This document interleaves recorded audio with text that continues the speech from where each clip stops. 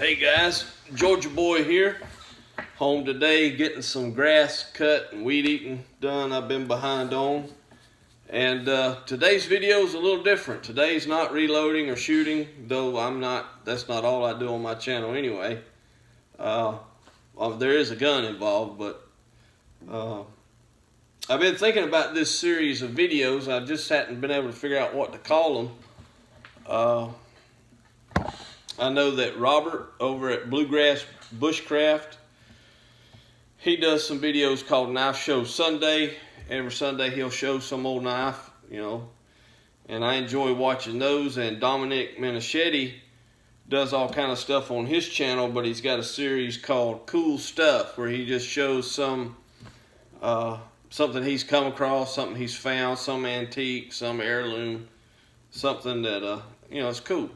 And I know Fuzzy Fork does the same thing with some old cast iron and stuff. So thinking about doing something in that line. I think I'm going to call this series Georgiaboys Treasures.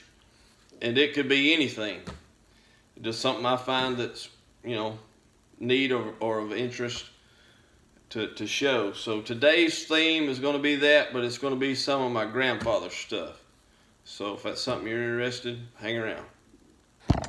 Alright, so I got a little bit of his stuff out here today, just to keep the video kind of short. But that was my grandfather.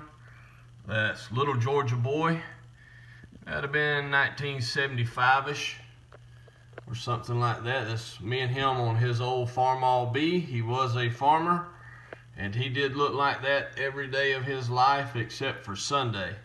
Sunday would have been a little different. They would have been new pressed overalls, a white starched shirt, and a Sunday hat. Sunday go to meeting hat. And speaking of hats, that hat there is right here. Cool old hat. He had some really fancy dress hats. My cousins got those. I got his work hat. So, some cool stuff. Well, here's his old shaving kit. And Uncle Jim would like these.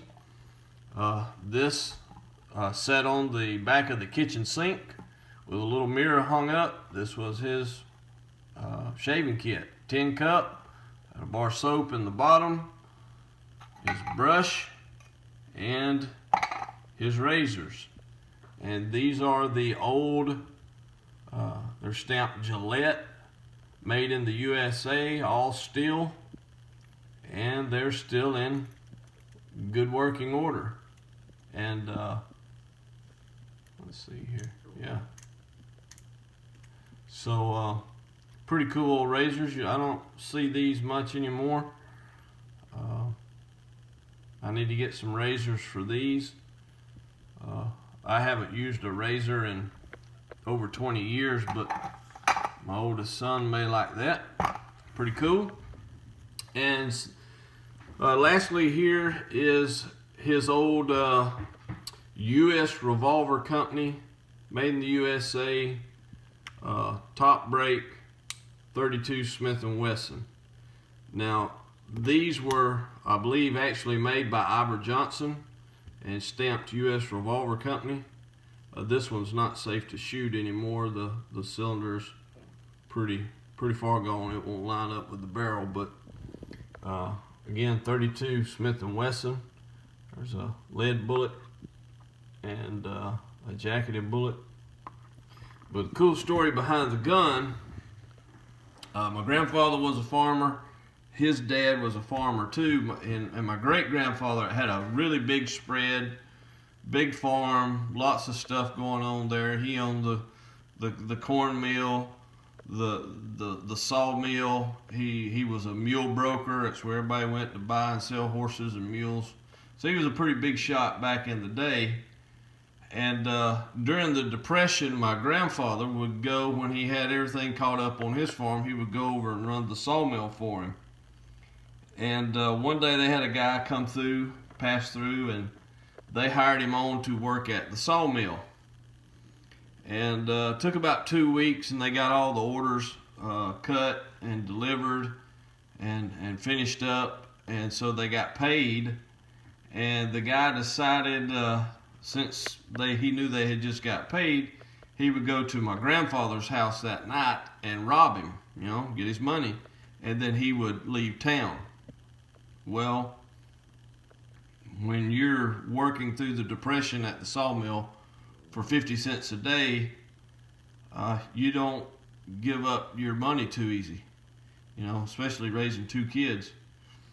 So my grandfather kept this little revolver hanging on a nail above the bed, and in the evening when he'd come home, he'd take his hat off and hang it over it.